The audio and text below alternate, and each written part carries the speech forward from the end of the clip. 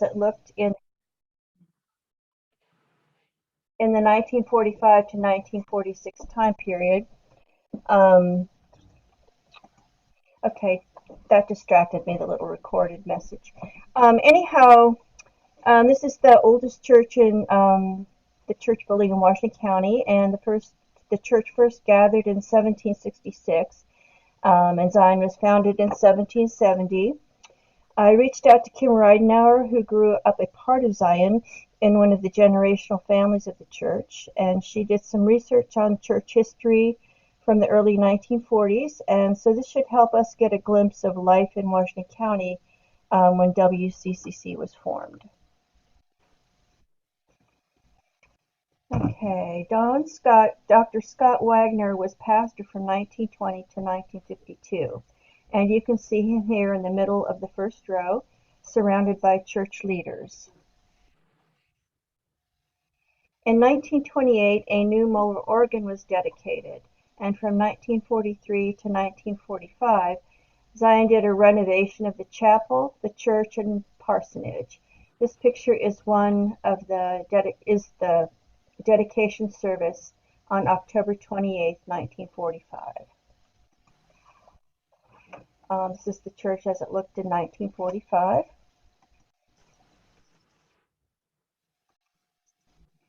And Zion was very active within the church and the community.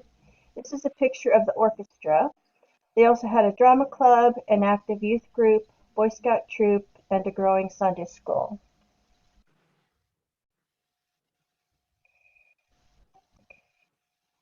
Next are some photos from two of Zion's historical books, and they're showing the Sunday school from 1945 to 1946.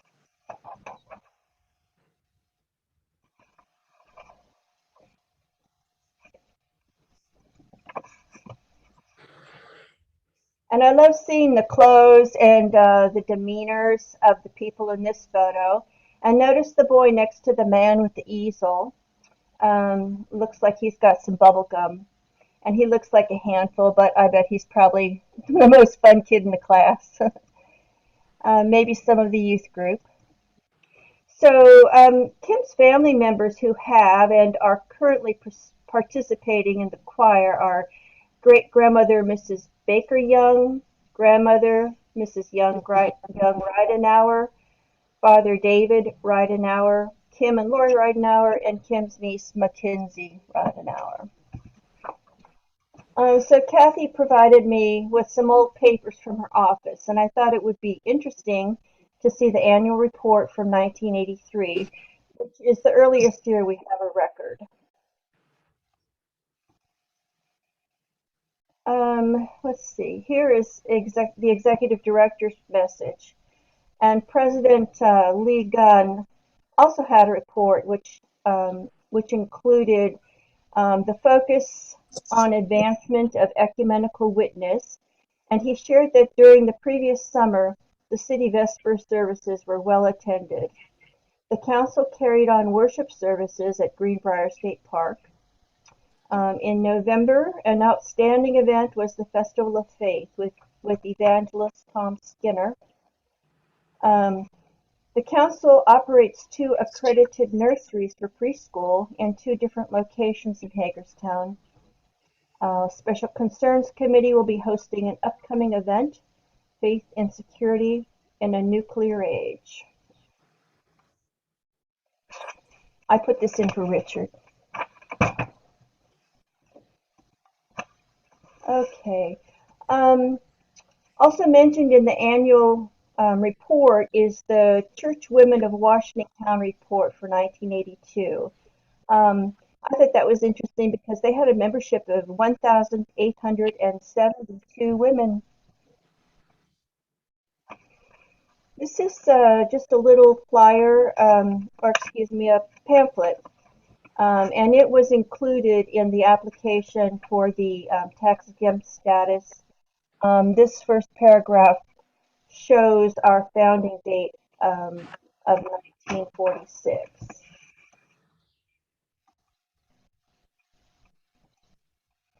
Okay, So the next bit is I'm going to be sharing portions of a letter that was received from Don Stevenson. Um, Don, I hope I do you justice there. Anyway, he was a longtime pastor of Christ Reformed UCC and was very active in WCCC. He became president of this organization in 1999 and was a driving force to start the Interfaith Coalition in 2001, 2002.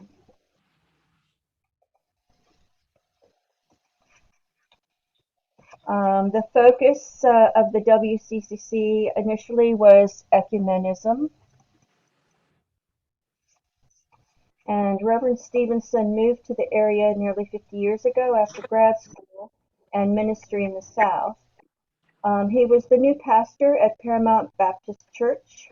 He quickly discovered the Washington County Council of Churches.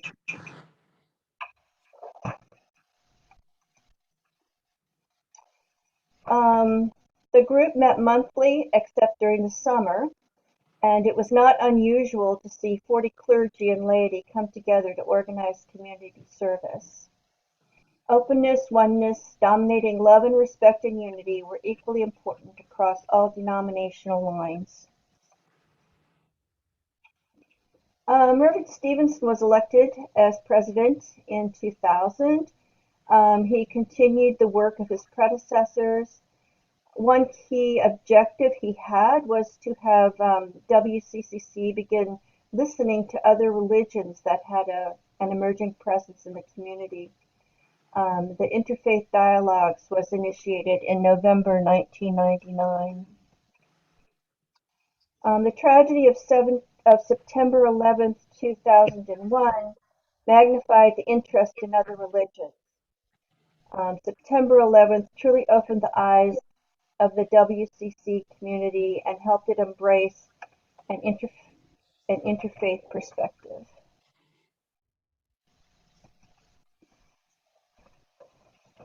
I like some definitions he included in his letter. I'll let you go ahead and read them.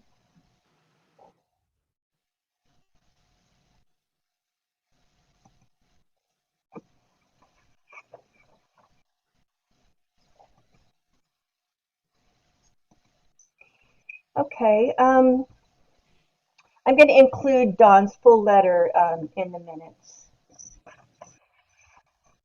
And then the last bit is a video prepared by Reverend Greg Messerol for us. He was a past president of HARC, and he guided a lot of the growth of HARC from a basic ministerium to the collaborative ministry or force multiplier that it is today.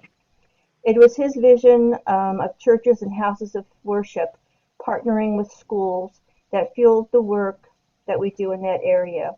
And he led the decision to take on Micah's backpack and help expand the program with the idea in mind of encouraging churches to partner in other ways. Greg was president of HARC for 6 years, and he joins us from his current home in Colorado. Hello to everyone from snowy Colorado. I'll show you the view out my window here. We just had several inches of snow, and it's been a wonderful thrill to shovel it all, although I guess you all are having some right now too. Well, anyway, welcome to all you who are currently in HARC and going to HARC. I appreciate the 75th celebration for you all.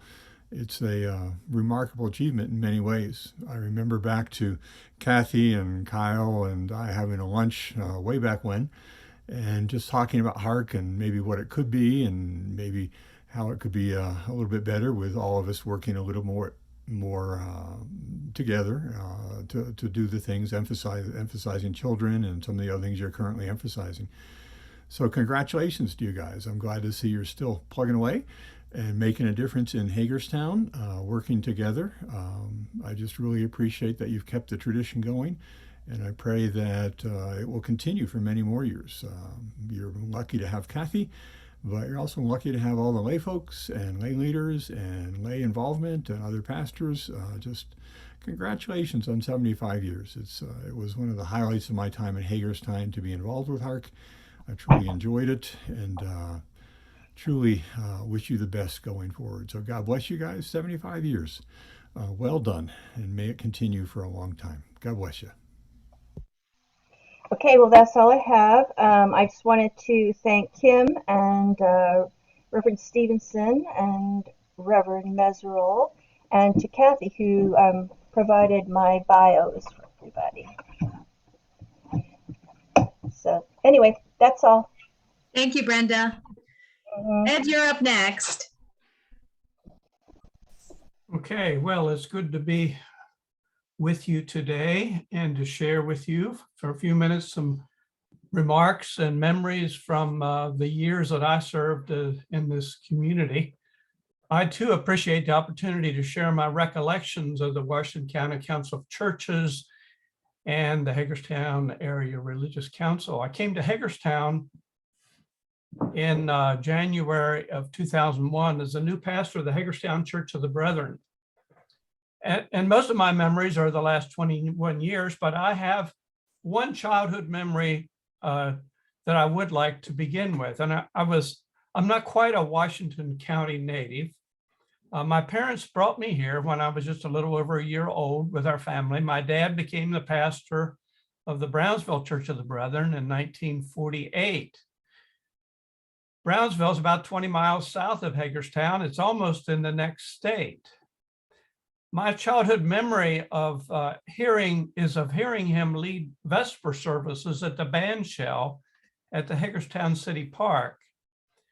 In the 1950s, at least, the Council of Churches offered services every Sunday evening in the summer, an hour before the Hagerstown Band would present their concert. And this was one of the ministries offered back in the early days of the council. Now, in coming to Hagerstown this last time in 2001, I began my ministry.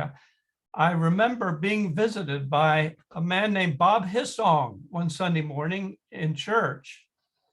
He was the executive director of a Council of Churches at the time. And after the service, he introduced himself and invited me to come to the monthly council meetings.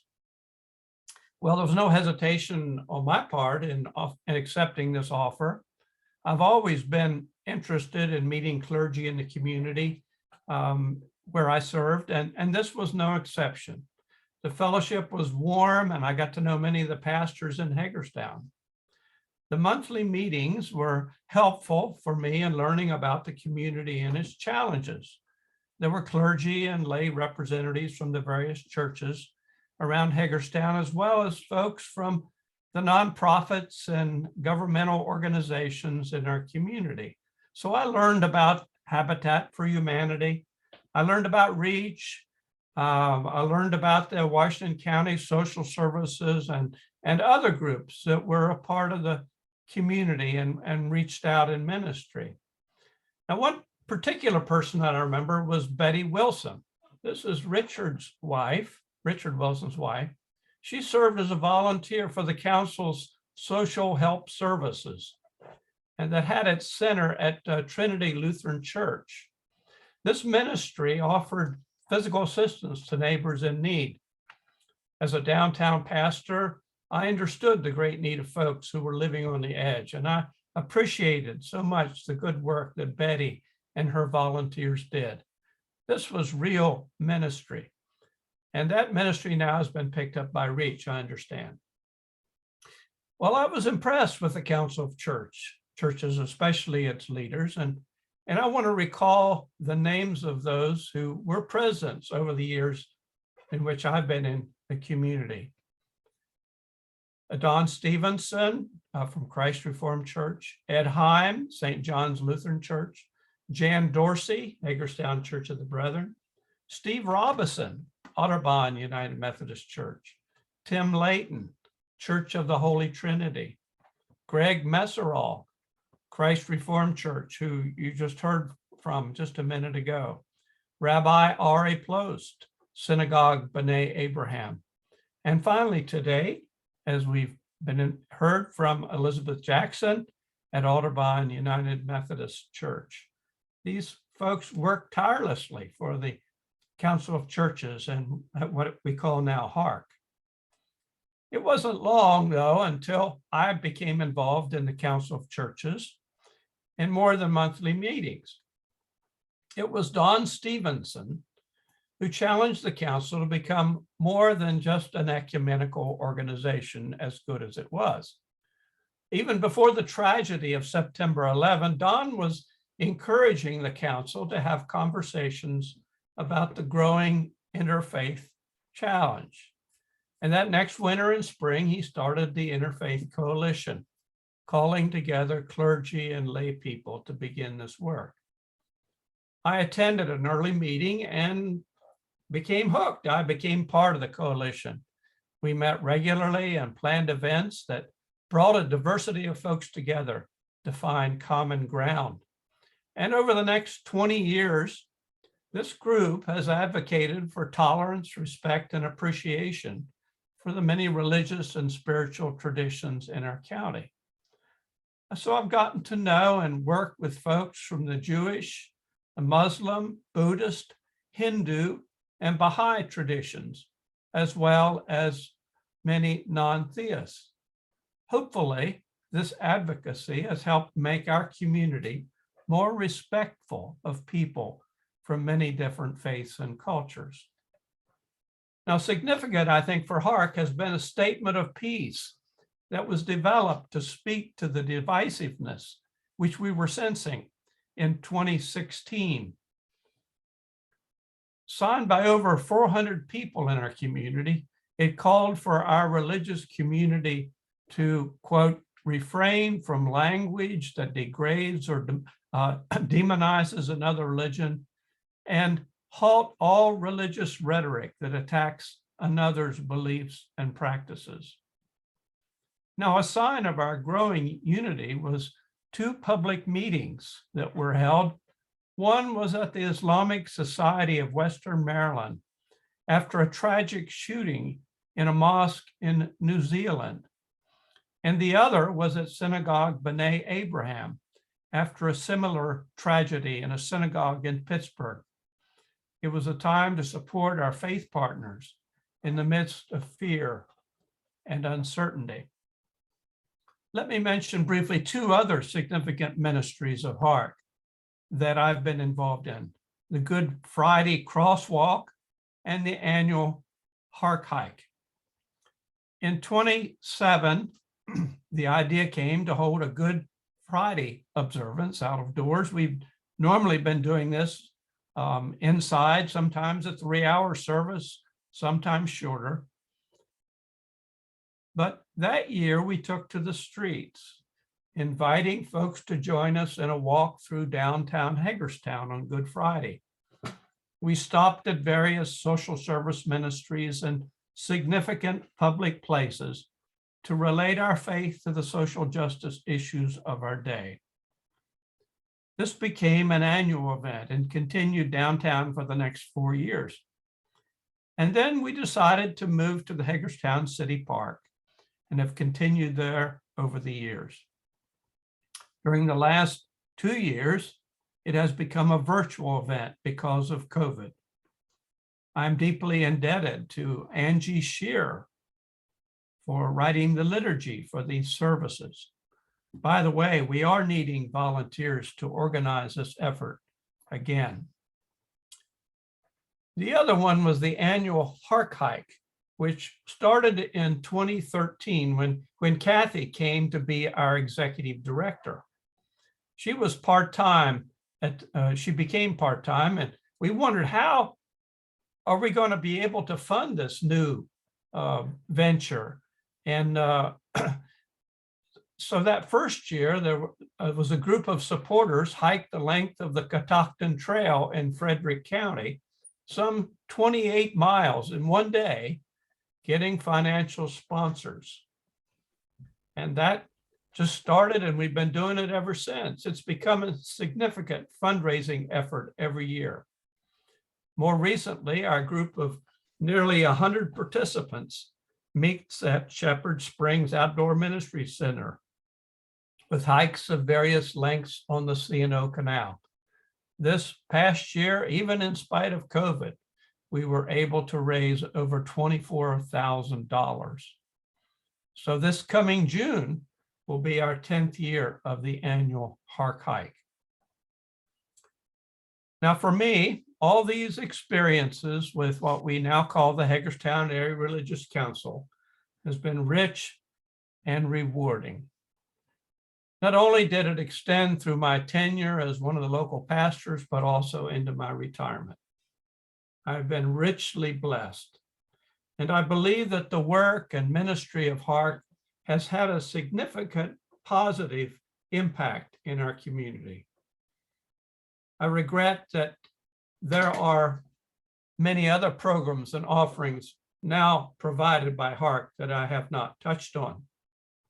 But in closing, as Reverend Greg Messerall used to remind us, let us continue to engage our faith communities in doing more together than we can alone. So there you have it. Thank you very much, Ed. Mm-hmm. I'd like to add that actually the HARC hike was started prior to 2013. It was 2012 when Ed hiked 41 miles on the Appalachian Trail in Maryland in one day to raise funds for HARC.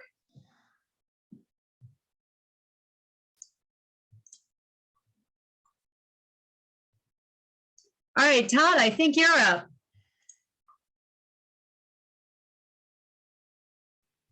I am. Well, What am I doing? reading the proclamation. So, yeah, yeah.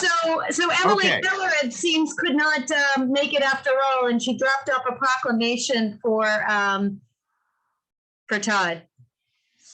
Yes. So just before the meeting started, they swung by, and so proclamation is there, and I will get it to Kathy, but it reads, certificate of recognition is presented to Washington County Council of Churches, DBA Hagerstown Area Religious Council.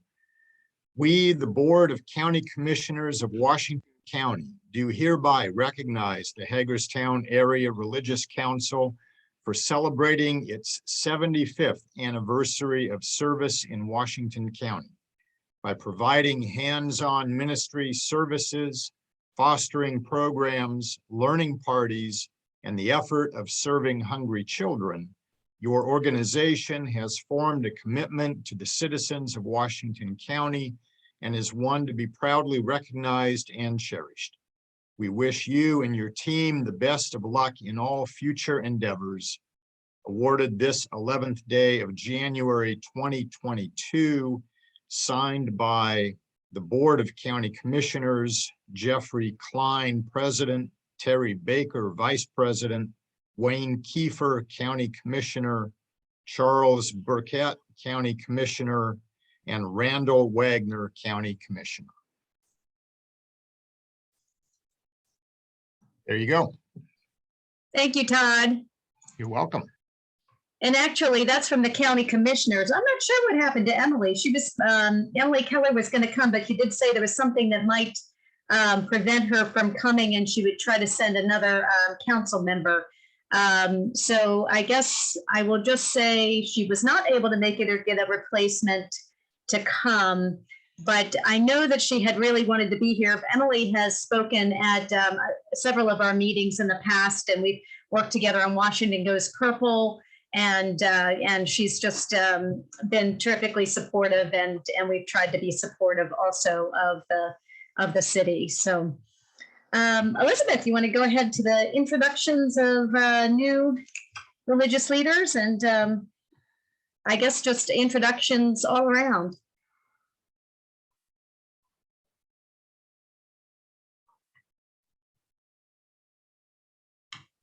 Whoop.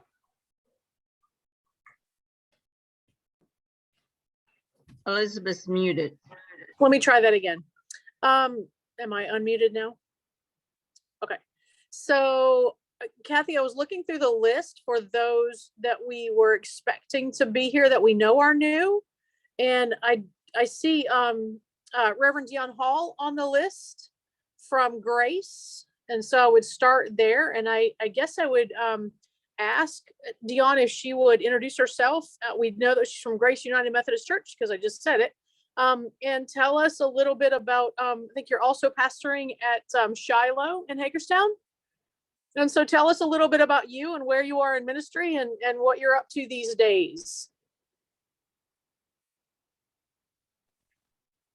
Hi guys, I'm Dion Hall. I am pastor of Shiloh and Grace Churches. I started at Shiloh 3.5 years ago as a student pastor. So I was at Wesley and at Shiloh during that time. And I finished seminary last year, thankfully, and am now assigned to both churches half-time.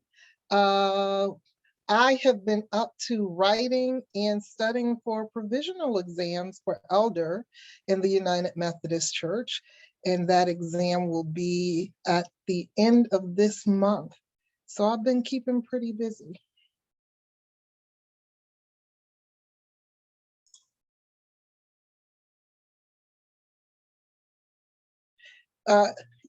Both of you are muted.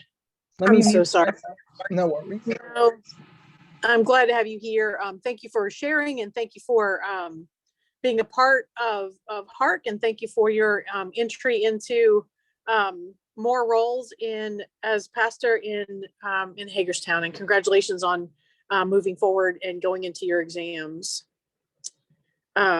Kathy, the other two folks I have on the list I don't see them here. Is the rabbi here from the new rabbi? Yes, the rabbi is here. I will spotlight him. All right.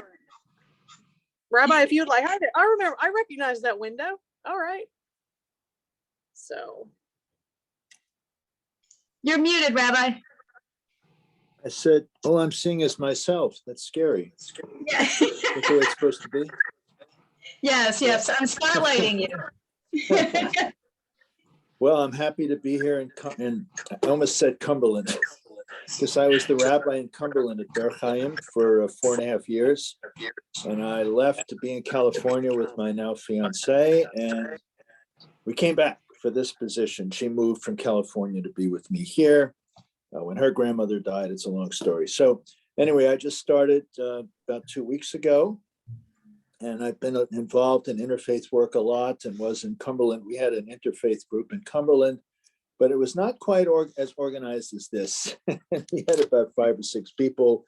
We met for lunch every month, and I became president of the group because nobody else wanted to.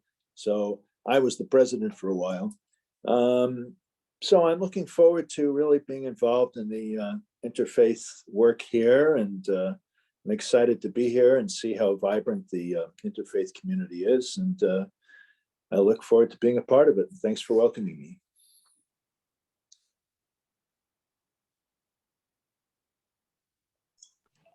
And Elizabeth, you're right.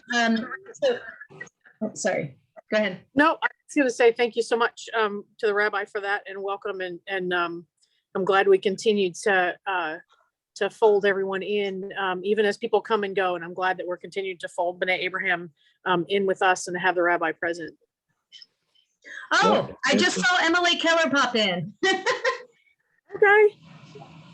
But so the other new or nearly new pastor that we were going to introduce today is Laura Batten-Carbaugh. She is the pastor of Covenant Presbyterian, but she is recovering from COVID, and she thought she would be able to be here today, but I know she's still really struggling.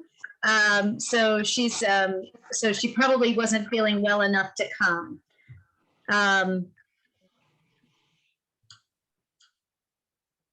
Do we have any other folks on as we finish up this kind of portion of the agenda? Is there anyone else that considers themselves new that feels like they haven't introduced themselves, been introduced to the community?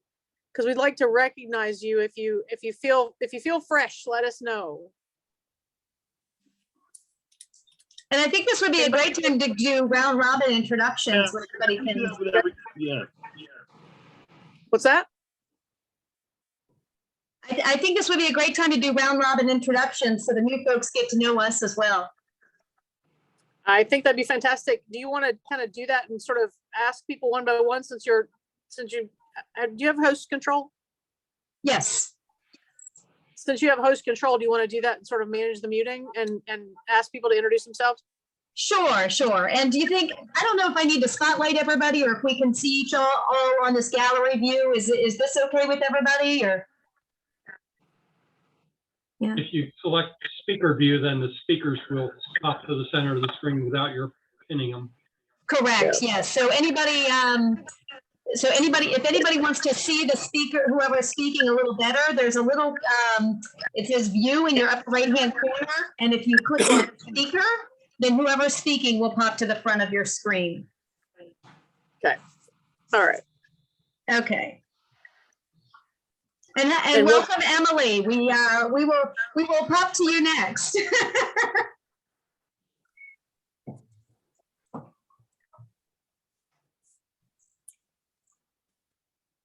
Do you want to do this, Elizabeth, or you want me to? Okay. I think that would be all you. Just ask everybody to be a little brief since there are 34 of us, but it would be good to be seen and to know who's here. Yes. Okay, I'll just shout out names. So Brenda. Oh. And make sure you unmute. Yep. Yeah.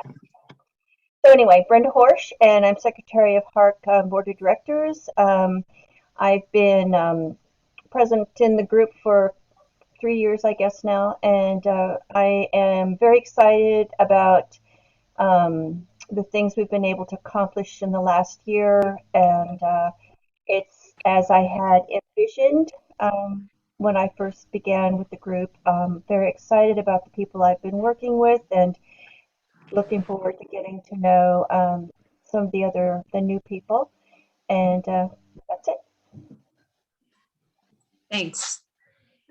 Chris. Hey, my name is Chris Rufosa at St. Andrew's United Methodist Church. I'm in my 4th year, and I'm excited to work with HARC. And I'm enjoying working with everybody else, and it's a great joy to work together and build up our community. Thank you. Thanks. Richard. I'm Richard Wilson. I was introduced earlier as the spouse of Betty Wilson, which is a great distinction. I get to play with the numbers as I serve as the treasurer on the HARC board. Yes.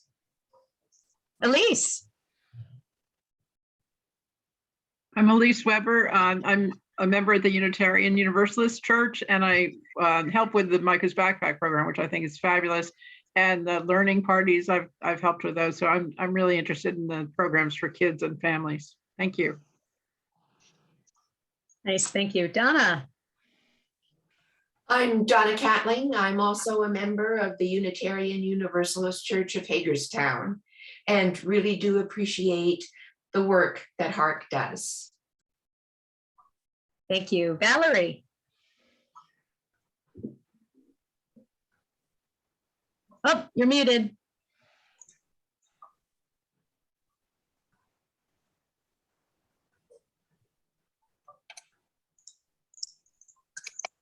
Okay, Valerie's having trouble unmuting. And I think asked me to go ahead and introduce her. So Valerie Wills is the coordinator for the Interfaith Coalition. Thank you, Valerie, and retired Unitarian minister. Todd. I'm Father Todd Young, rector of St. John's Episcopal Church, member at large, and for the last, 5 years, I lose count. COVID made me lose count, but not that many. What? Not quite that many, but go ahead. Yeah, okay, well, fine. However long I've been here. So anyway, St. John's Episcopal Church, thanks. Thanks. Tim Harris. I'm Tim Harris, the bishop for the Church of Jesus Christ of Latter-day Saints in Hagerstown, Hagerstown First Ward, and been, I guess, member at large for a few years as well, like Todd. I better not say how many years because Elizabeth will probably get me on that. But I haven't always attended all the meetings and with work challenges, but I'm committed this year, 2022, to be more of a engaged with HARC. So put me to work. I sent a note to Brenda as well, and she was kind to respond on that, but happy to be part with such a fine group of servants. Thank you, Tim. Don Stevenson. Yes, I'm really a retread and been hanging around for a while. So interested in what HARC has morphed into from the past, and I congratulate all of you in keeping the fires burning. Thank you so much. Kyle. I am Kyle Powderly. Yes, the name, for those of you who don't know, the name is the same for a reason. This may very well be my Not hearing you now, Kyle. I'm not sure what happened.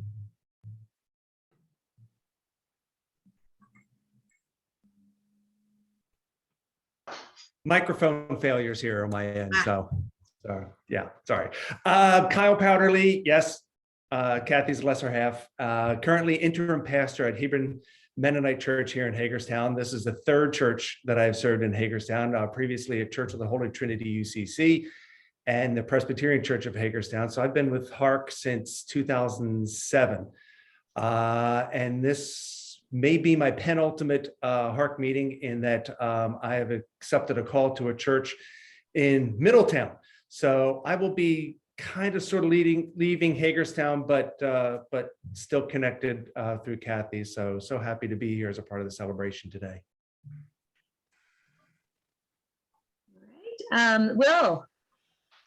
Will Godwin, a lay member of St. John's. I've been there 41 years. I guess I've been attending meetings representing St. John's for probably 10 years now. Thanks, Will. Ron Shank. Well, hello, everybody. I'm Pastor Ron Shank. I am the full-time chaplain at Brook Lane. I've been here 13 years. Before that, I was a pastor in the area for 24 years. So, and I continue to be one of the speaking pastors at our church at Maranatha Brethren Church in Hagerstown. And I'm so glad that when my schedule works out that I can be part of the meetings, because sometimes it's very hectic here and constantly changing. So, but I'm glad when I can attend and appreciate all of you. Thanks, Ron. Doug. Hi, everybody. I'm Doug Hoffman. I'm the pastor at John Wesley United Methodist Church, and I feel new. I've been here about a year and a half. I've really enjoyed coming to HARC so far. Look forward to 2022. I'm originally from Baltimore and heavily steeped in experience and training in urban ministry, and I'm thrilled to be back into an urban setting in downtown Hagerstown, and really look forward to continuing our partnerships. Thanks so much, Doug. Cindy.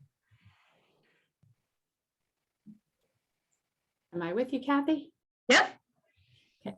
Cindy Brown. I remember well the Don Stevenson, Ed Poling, Greg Meserole eras, representing Otterbein as a lay member to HARC since 2004, I believe. I know as a program director in a downtown church, the support and understanding of all the clergy across the denominations and throughout our county was extremely beneficial. It helped us make connections with the nonprofits and all the organizations working together to serve this community. So it's been a real blessing. Thanks, Cindy. Pastor Sharon. Oh, you're muted.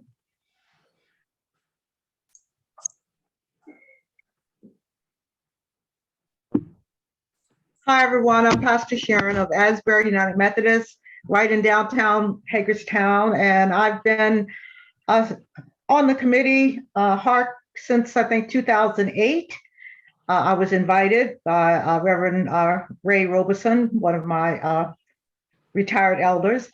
And so I've just been a part of the HARC and have enjoyed, and still enjoy being a part of it. Some of the meetings I can't make because workload gets to be a little heavy, but I'm happy to continue to be a part of the ministerium in my community in which I serve. And I'm always willing to try to help in whatever area that needs my support. Thank you, Sharon. Tim Higgins. Yes, hello. I'm a lay member of Trinity Lutheran Church. I retired last year and I have more time. I'm very concerned about how my own religious community sometimes wants to do things alone. And I see that Hagerstown is so wealthy in its resources and also plentiful in its challenges. So I wonder how that HARC could be part of a major partner in trying to align some of the things that need to be aligned. So that's kind of what I'm seeking right now. Thank you. Great, thanks, Tim. We'll have to talk some more. Sue, Deacon Sue. Hi, I'm Susan Word, and I'm the deacon at St. John's Episcopal Church. I've been involved with HARC for the last 2.5 years. Thank you. And Sue coordinated our celebration meal for the HARC hike and for the HARC challenge hike. So thank you. Kim and Dave Ridenauer. I'm Zion Reform. My dad and I are Zion Reform United Church of Christ. We've been members there. We're lay leaders, and we've been members there for many years. So, and I've been part of HARC, not necessarily attending your meetings, but participating in the crop walks and throughout downtown and at the city park. So just to share that with you. And I love the way we can all get together and worship God. Thank you, thank you. Mm-hmm. Mike Armel.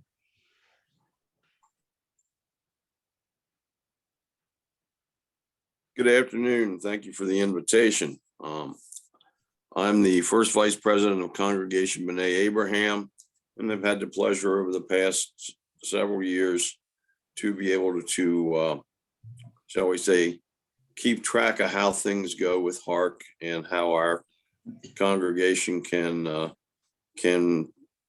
participate with you. I'm born and raised in Hagerstown, and I've been affiliated with Congregation B'nai Abraham for around 40 years. Thank you. Thank you, Mike. Monsignor Bruce. Hi, everybody. Monsignor Bruce Jarbo, in my 8th year serving as pastor here at St. Anne Catholic Church. And I'm really happy to say that our congregation here has had a long and very happy relationship with HARC, and I'm very happy to be a part of it. I'm a native of Baltimore, so at some point I'll have to hook up with Doug and see if our paths cross somewhere from the land 80 miles east. Thanks so much, Bruce. Barbara.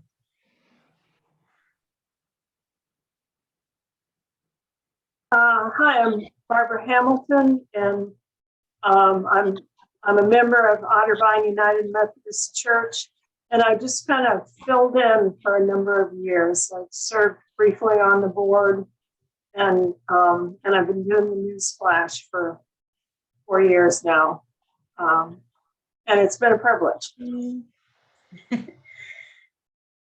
And I'm very grateful for your help with the Newsflash. She took that burden off my shoulders. Victoria. Yeah, hi, I'm the Associate Minister for Congregational and Community Care at First Christian Church here in Hagerstown, which is a Disciples of Christ congregation. I've been here almost a year, started February 1st of last year. Awesome. Bill. Hi. As a member of the Congregation for Unitarian Universalist Church of Hagerstown, I love the organization and everything it stands for. Thank you, Bill. And Bill has also served on the board in the past. Tanya. Hi, everyone. I'm Tanya Anderson, and I am excited to be one of the board members of HARC, and I am also the racial justice team, one of the leaders for that effort. So, yeah. Thank you, Tanya. Let's see. Katie. Hi, I'm Katie Pennick. I'm the interim pastor at Zion Reformed UCC. It was really nice, Brenda, to see how much you highlighted the church. That was really exciting. And I've been there for almost 2.5 years now. COVID has made the whole interim process a little bit more challenging. But we are in the process of searching, so we are moving forward. Thanks, Katie. Jessica Scott. Hi, everyone. I'm Jessica Scott. I'm the program director of Habitat for Humanity, which is a local Christian nonprofit here in Washington County. I'm also trustee of Zion Baptist Church on Jonathan and Bethel Streets in Hagerstown. So I represent both. Thank you, Jess. Jeannie Asbury.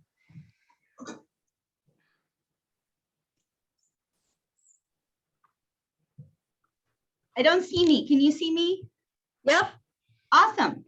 Hi. So I'm Jeannie Asbury. I'm the executive director at REACH of Washington County. I'm a new executive director as of May, but I've been at REACH 10 years. And it just warms my heart. REACH works closely with HARC, and so many names and houses of faith on here that either support their time, energy, or treasure with us. I'm happy to be here. Thank you, and we're grateful for partnership with you as well. Diane Rudisil. Hi, everyone. I'm Diane Rudisil, the Hagerstown Housing Authority's Director of Resident Services. Been in that role for 28 years now. So I've seen some of your faces, and some of you look familiar, and we worked in various ways through programming to assist our residents. So hopefully this year we will turn a corner and be able to collaborate and do a lot of things. So we look forward to that. Thank you, Diane. And I've worked with Diane for a long time, since I was with Habitat. So and she's always been a great with working in the community. So thank you. All right, I think we're done with that. Thanks to everybody for introducing themselves. And I'm going to turn it over to Emily Keller to introduce herself. Thank you. Thank you, Kathy. I apologize for being late, but I'm glad that I still got to be here to participate. So I'm Emily Keller. I'm mayor of the city of Hagerstown, and I just wanted to come here today to say thank you. I've lived in Hagerstown my whole life, and being in this role, serving on city council and now serving as mayor, I've really got to see how diverse of a faith-based community that we have here in Hagerstown and the surrounding area. And I just genuinely appreciate you guys pulling all those resources together and standing as a united front and doing so much for our community. And Mr. Higgins, to your point about the issues that we face in Hagerstown and how we can all be part of the solution, I definitely welcome that conversation and welcome any partnerships we can have between the city and HARC moving forward. And in honor of your 75th anniversary, I do have a special recognition that I was going to read today at the lunch, but I'll read it here and then make sure you guys get a copy of it in the mail. But it's a special recognition for the 75th anniversary of the Hagerstown Area Religious Council. Whereas faith-based organizations that invest in the betterment of our community deserve our most sincere recognition and appreciation. And whereas the Hagerstown Area Religious Council is a coalition of faith community partners in Washington County with a mission to embody mercy, justice, and love as diverse faith partners in Washington County. And whereas formerly registered as Washington County Council of Churches, HARC has been active in the community since 1946. Now therefore, I, Emily Keller, Mayor of the City of Hagerstown, do hereby recognize the Hagerstown Area Religious Council on their 75th anniversary. We thank you for your commitment and dedication to building relationships among clergy and people of faith while providing information, resources, and connections to enhance the work of congregations, ministries, and community organizations in Hagerstown and Washington County. So this is for you guys, and we just greatly appreciate all that you do. Thanks so much, Emily. We really appreciate you taking your time to be here. Thank you.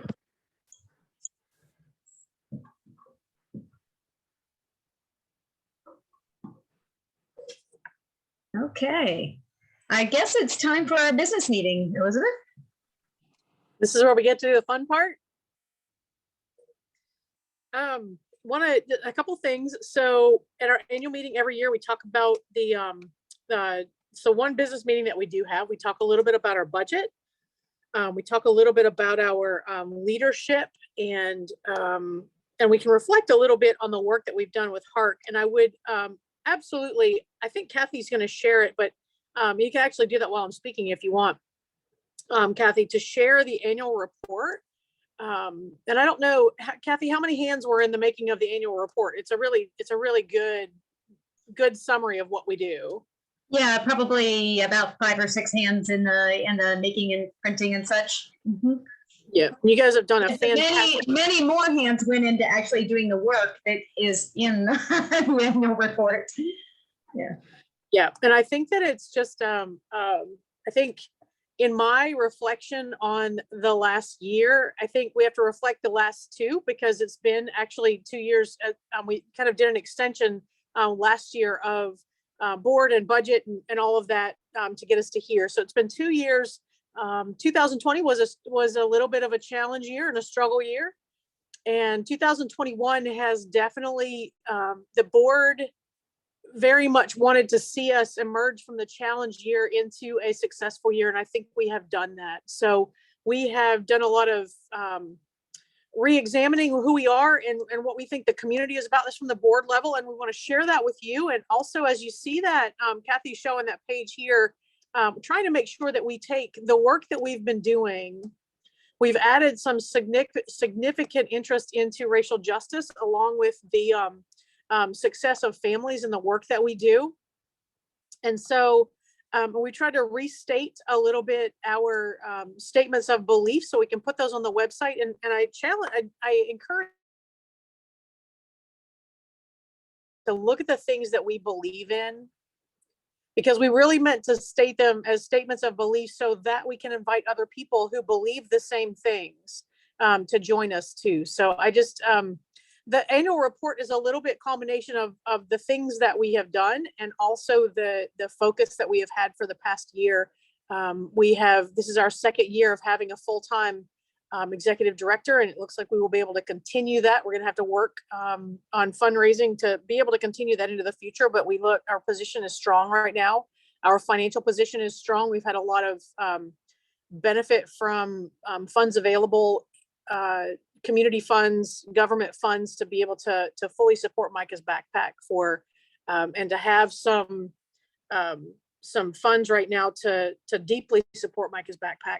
And so I just really encourage you all to look at the annual report and see it for what it is in terms of I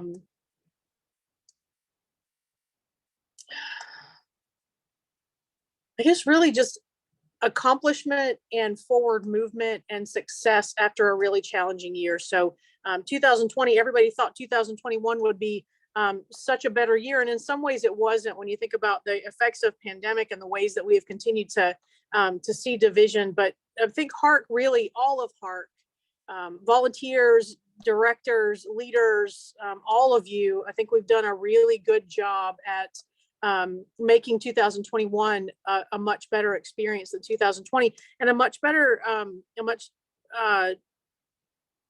guess, an expansion of serving our community. And so I just really encourage you to look at that. I encourage you to look at the belief statements that we have I encourage you to look at that work that we have done to define who we are as a community, give the board feedback to it. Because sometimes that work is, in some ways, that work is never done when we talk about the mission of any organization. And so take a look at that, take a look at the belief statements, take a look at the work we have done, and be in contact with the board where you agree, where you disagree, where you think we need to be moving differently. Really want to lift up the work of the racial justice team. That's been a really active group within HARC. Has been one of the, I think that's been one of the biggest growing area in HARC this year, is that team that got together. And Kathy, there are how many people on the racial justice team right now?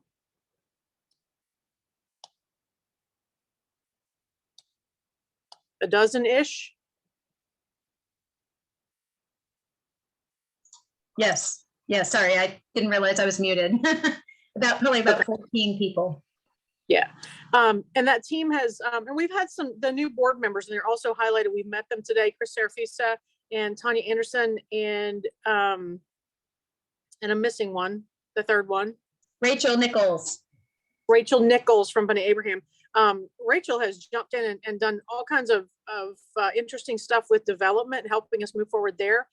Tanya has jumped in with both feet and more in racial justice, and Chris has jumped in with both feet in and very much an enthusiasm for the work that HARC does, and for spreading that word, and for sharing that information with why HARC matters and why HARC's important. So I would encourage you to review that and give the board feedback on it. And with that, I would turn my attention now to Richard Wilson, who's going to talk to us a little bit about the budget and what our financial position looks like now, and how we're moving into the future. Thank you, Elizabeth. The testimonies that we've received as people introduce themselves, and the testimony of our history in the community speak to the enthusiasm and the support that HARC has had in our community. I'm going to share with you a view of our budget at this time, and walk you through some of the ways that we financially support the ministries of HARC. The PDF version of our budget for the year shows that we have anticipated receiving $171,000 in income in the coming year, and we have $171,000 in expenses to balance that. I'm going to move to an Excel view of that budget to show you some of the depth that we go into as we try to figure out what is behind a straight line item budget that just gives you the dollar amounts for all of our programs. We hold our Micah's Backpack monies somewhat separately from our operational money. So as you see, we internally have developed a 2-column approach. We add that to get our total for all programs.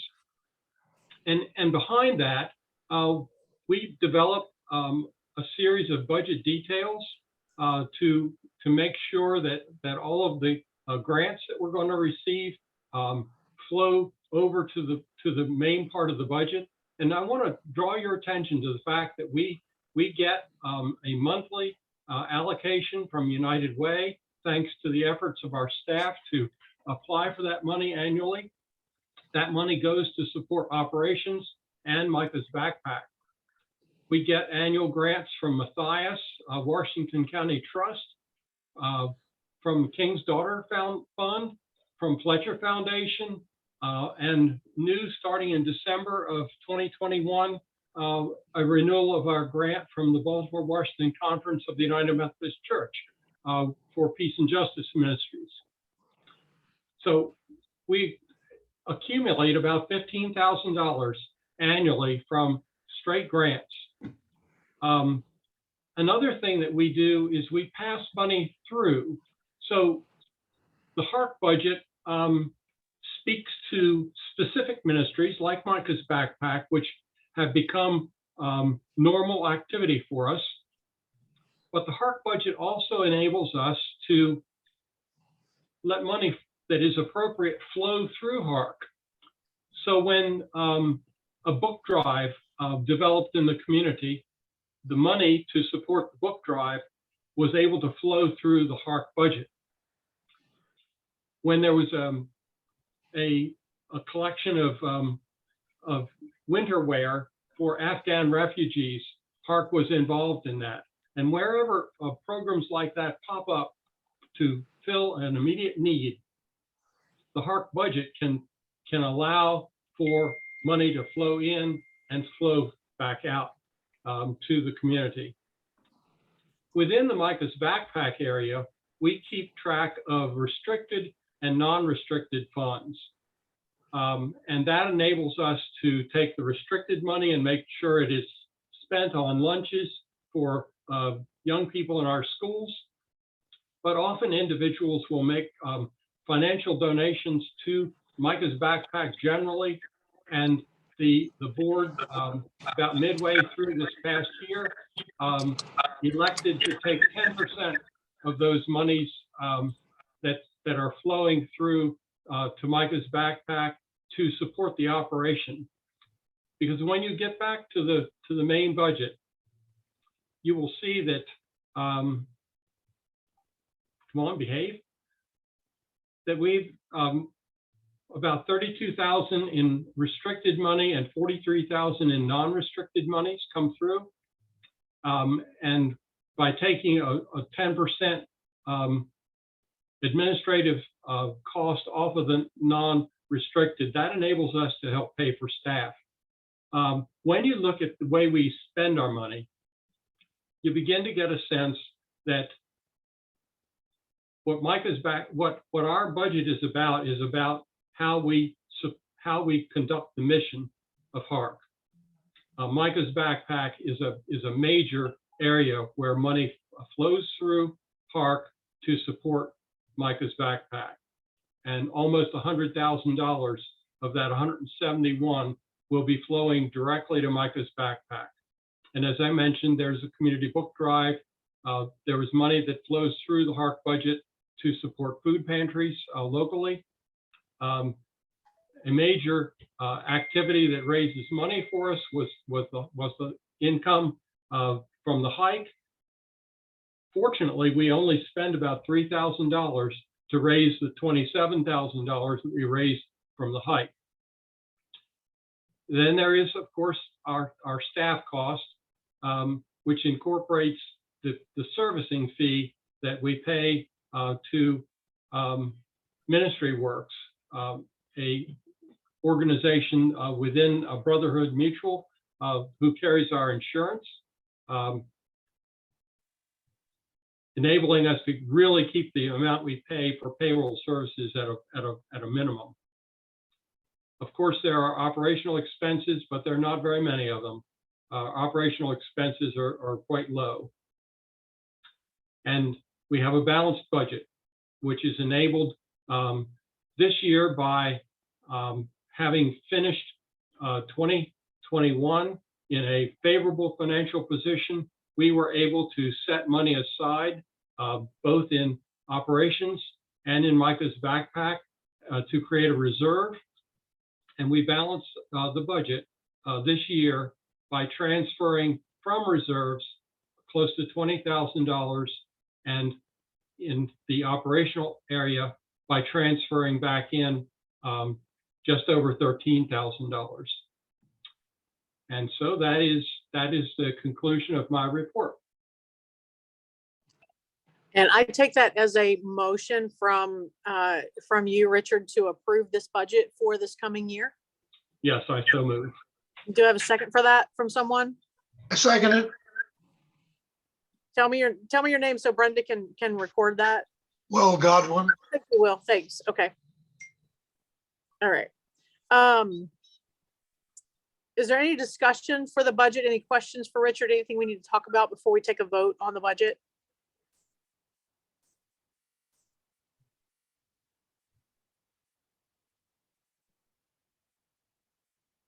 Okay, seeing no discussion, I would invite a vote on the budget for this coming year, and all in favor of adopting this budget. I think signify by, we can do a hand, or you can raise your electronic hand, whatever you want to do. I'm seeing lots of hands. Thank you. All right. And any opposed to adopting this budget for this coming year?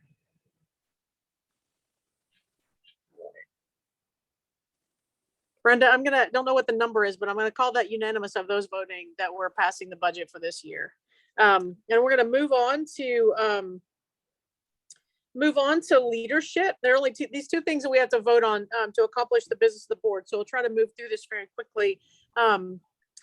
A lot of what you're seeing on the slate of officers for this year is a reflection of the slate of officers for last year. So at the finish of 2020, for a lot of reasons, we talked about sustaining leadership and extending the terms of those who are in office. So what that means is my term would have ended this past December, and we've extended that term to 2022, and we've done that for we will do that. We would have done that for the vice presidency.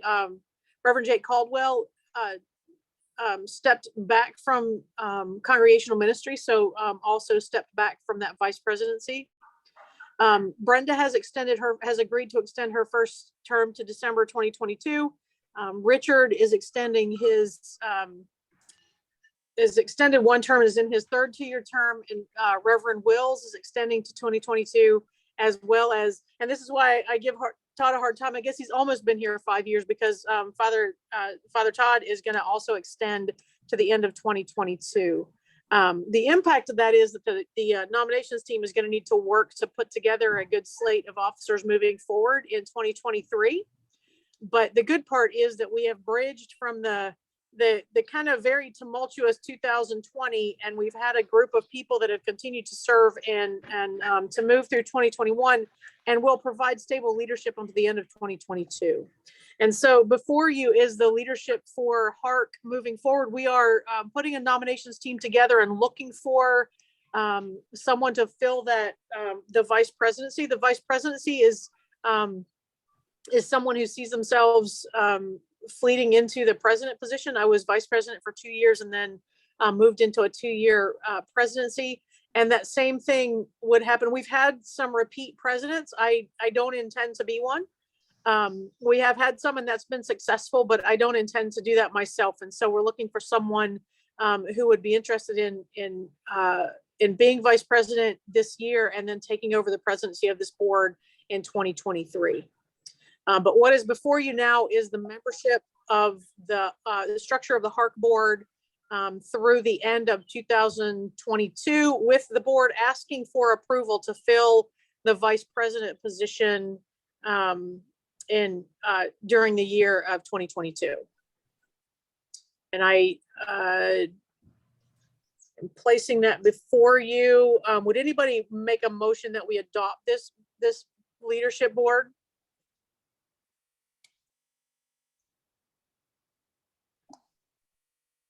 Kyle makes a motion. Was that you, Will? Kyle Powderly. Okay, sorry. Okay, so I saw Will. Will was trying to speak, but he was muted. Okay, so I've got a motion from Kyle Powderly that we adopt this slate of leadership for the board of directors. Do I have a second for that? Second. Okay, I think I saw, just because Will was in my view, I think I saw Bill Pike in my view that said that. So we have a motion and a second.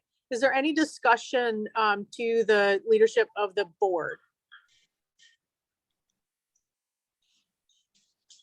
Do you have anybody that wants to talk about that? All right, seeing no discussion.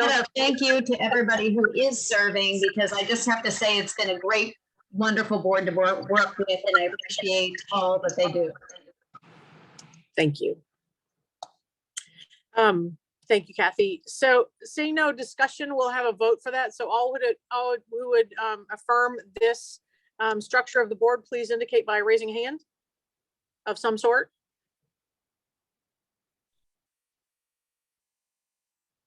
Thank you, thank you, thank you for your support of that. Anyone? So Brenda, we're gonna, do I record any objections to this board of leadership? Okay, Don't think I see any hands for that. So Brenda, we're going to call that also a unanimous vote. And thank you all for attending to the business part. We have a couple more things to do before we close out, which I think are going to be interesting to you. One of them is going to be testimonies for why we would support HARC. And then we're going to talk about the campaign to continue to keep HARC funded into the future. So before I go, I want to reiterate my thanks from the annual report and from my letter in there, and to all of you, for everyone who is on the board, who's stepped up to lead, who is leading in all kinds of ways. Kathy as our executive director, for all the work that is being done in all the corners of HARC that continue to keep everything moving forward. And I, from the board's perspective, from my perspective, you have my most sincere thanks, and thank you for being here today. And with that, I think we're officially closing the business meeting portion of our time together. I'm not sure what the actual process for that is, but I'm not a parliamentarian. I don't know. So I don't know if that requires. That's good enough. Hearing no objections, we're going to move out of the business part of this meeting into the rest of the meeting. And I'll hand that over to Kathy and Chris Sarafusa. Go ahead, Pastor Chris. All right. I have the question, why do I participate in HARC? I participate in HARC because HARC cares. It helps the disadvantaged people, children, with books and food. I participate in HARC because I see HARC as a bridge for transformation, to bring people from different backgrounds and ethnicities together to build trust and to learn to work together and live in harmony. I participate in HARC because HARC helps people who are struggling. Some are in recovery from addictions. That excites me to see people transformed and changed. And also participate in HARC finally because HARC is a promoter of peace. Peace in our city and peace everywhere.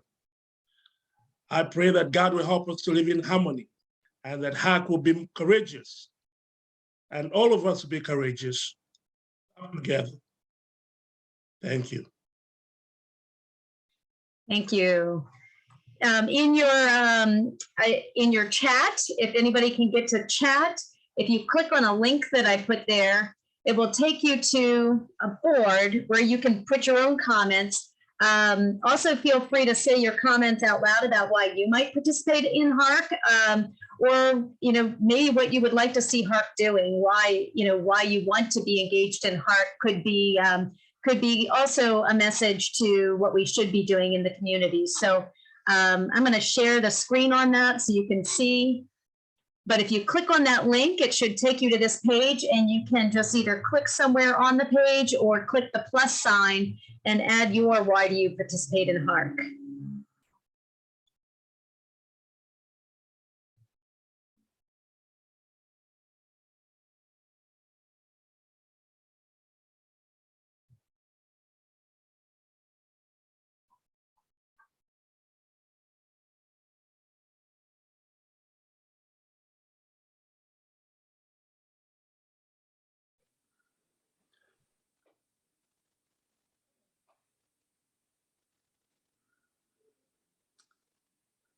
Kathy, you want us to punch out to that link instead of on the chat, on the Zoom chat?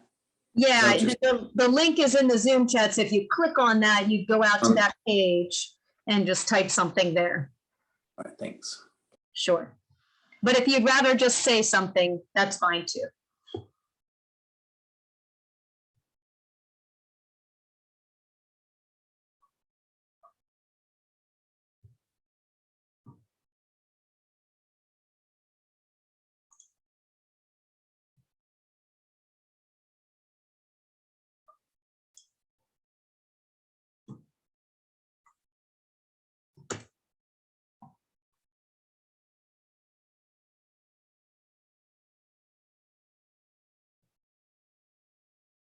It's so quiet. Does anybody want to give their why out loud? I'll give mine, Kathy, Sharon Right, Gibson. thank you, Sharon. Yeah. I just made a comment that I've come to believe, and I've gotten there because I had some doubts earlier years. I've been a part of, again, of HARC since 2008, and sometimes I was a little bit weary, but I've come to believe that HARC really cares for the welfare of the people that we serve in our community of Washington County. And so I've made a challenge for myself towards the end of 2021 for God to enable me to do more, not only for my church that I've served. This will be my 15th year of serving at Asbury. And Asbury is only my second appointment from the Baltimore Washington Conference. And so I count it a privilege to serve. I also serve on the Board of Ministry up in Hancock once a month. And so I've learned through my own, life circumstances and serving my church and serving the community and the things that surround my church community. I know that God is keeping me to do more. And so I've set that goal for myself. I didn't make any resolutions for 2022, only that for God to continue to enable me to do more in service of my community, however I can do it. I live south. I live in Frederick County, and I don't plan on relocating ever. I said I'm just gonna where my feet have been planted for 40 some years here. I was born and raised in Montgomery County, but I've lived here since 1976, and so I just want to share with you all. At a person in my senior years, I still feel that God is enabling me to do more, and so however I can do more through HARC, through my community of my church community, I want to do that. And so HARC, I've kept my connection with HARC. And again, just to reiterate that I truly believe that HARC, we really care for the welfare of the people in the community of Washington County. And I have truly believed that we are doing a tremendous and wondrous job in our service. And so I truly commend HARC and everybody that's been a part of it. That's it. Okay. Thank you, Sharon, and for your commitment over the years. And I just want to reiterate that HARC is all of us. And so, yeah, I think that this group of people really does care about the community, and we're blessed that we can come together to really show that in a meaningful way. So thank you for your participation. And let's see what folks have written so far. Here we go.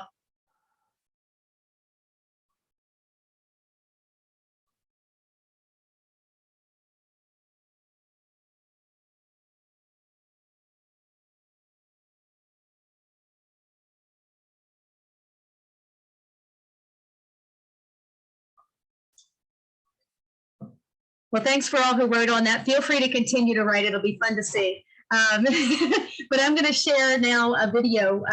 Rachel Nichols, who's one of our new board members, had really planned to be with us today, but she ended up stuck at work because filling in for folks that are out sick. So I'm going to share a video that just a very brief video that she put together for us for today.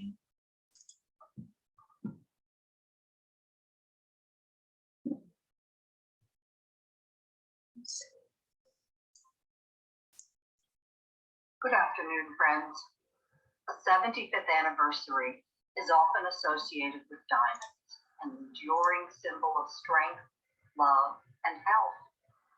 75 years in the life of an organization can't really be compared to the millions or billions of years it takes for the perfect condition of heat and pressure to turn a speck of carbon into diamonds.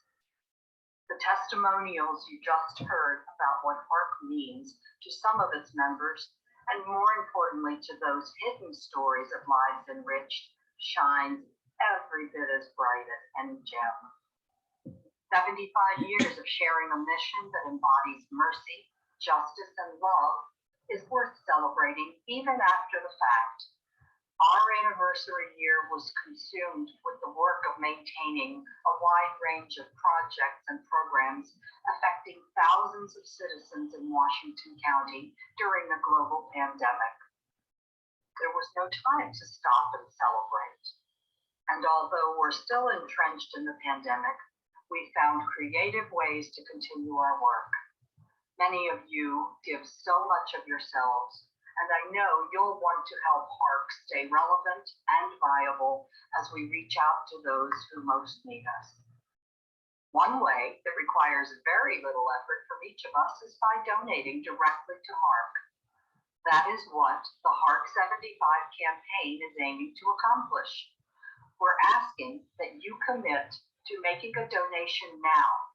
Consider making the donation in a multiplier of 75.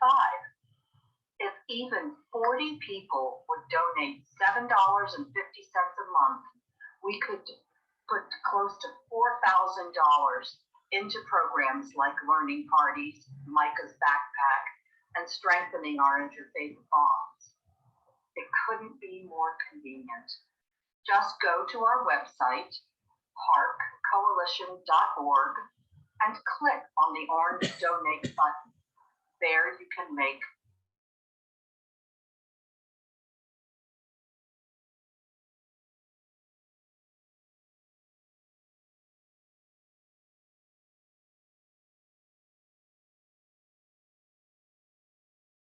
and the blessings are returned every day.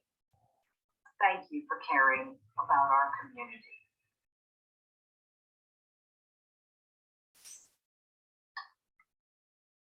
And my apologies. I think when I muted myself, I muted the video for a moment, didn't I? I hope it was very brief and everybody got the message. All right, Elizabeth, I'll turn it back to you.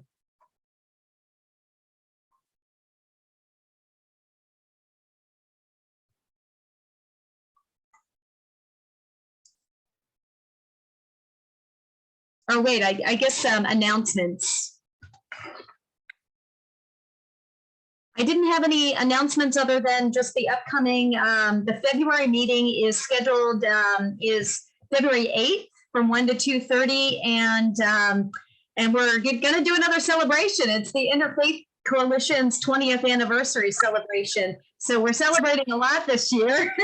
And I know the Interfaith Coalition has a great program planned for that, which we had hoped would be in person, but is likely going to be on Zoom also.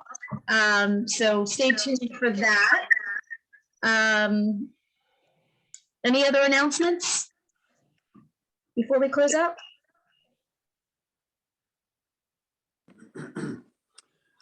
I had a question. I don't know if it was Teresa or I can't remember the person that was over the racial equality. With Martin Luther King coming up, I was wondering anything in the community that we should be encouraging people to be part of. That's a good one. Thank you, Tim, for bringing that up. Actually, I just got information and I posted it on Facebook. It should be in the news flash as well. That the Robert W. Johnson Community Center is doing a community talk and a community walk, a tour of the community on Martin Luther King Day. And so maybe I will send you guys a link to that. And also Meritus is doing something on Tuesday that went out in the news flash and will go out again tomorrow. They're doing a lunch and learn, but if there's no lunch, you're going to tune in by WebEx. But Pastor Darren Mency reads the I Have a Dream speech, and there'll be a program around that. Tanya, you've heard him speak before, haven't you? Yeah, sorry. It's a while to press all the different buttons. Yes, and he does an amazing job in reciting the I Have a Dream speech. I've heard him speak mostly at HCC. So yeah, he's done a remarkable job. And I think part of their session is a Q&A. So look for that in the news flash again tomorrow morning, and as well as the information on the Robert W. Johnson Community Center walk. And yeah, our team decided that we would, instead of trying to do our own thing, just support the things already in the community. Mm-hmm. No, that's great. Thank you.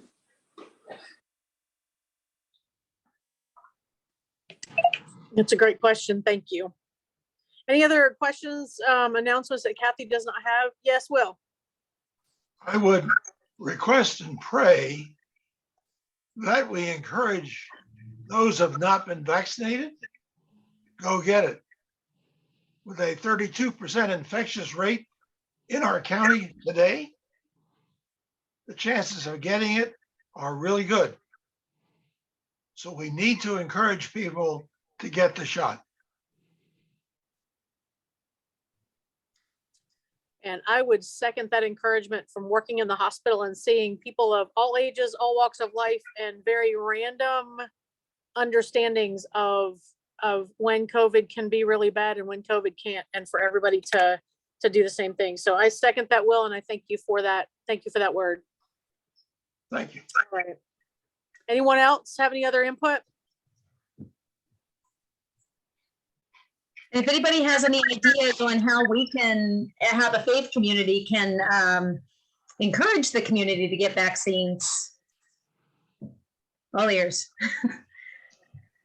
Yep. Yep. Please encourage your faith communities, your small groups, the people that you are in contact with to do so. That said, another thank you for everything that everybody's doing. Thank you for being here today and for having a strong attendance at our annual meeting and being very interested in HARC and what we're doing and how we're doing it. I thank you for all the people who have said they have commitments in the coming year to be involved and to be put to work, and do let us know, let Kathy know, and let us know how we can do that, what your strengths are, what your interests are, what your interests are not, so we can match your skills with the things you want to do. And with that, I have the option here on my agenda that says I can ask Chris Serafusa to pray us out. So I'm going to take that option and ask Chris if he'll do that. Let us pray. Precious God, we thank you for this day. You brought us out to visit, plan, pray, seek your presence. And so we thank you for this year, 2022. We ask, oh God, that you lead us, that the mighty Spirit of God will guide us in everywhere we serve. Give us wisdom, discernment, give us strength. Thank you for this day. May we go in peace. Love all our brothers and sisters. Thank you, Almighty God. In your holy name we pray. Amen.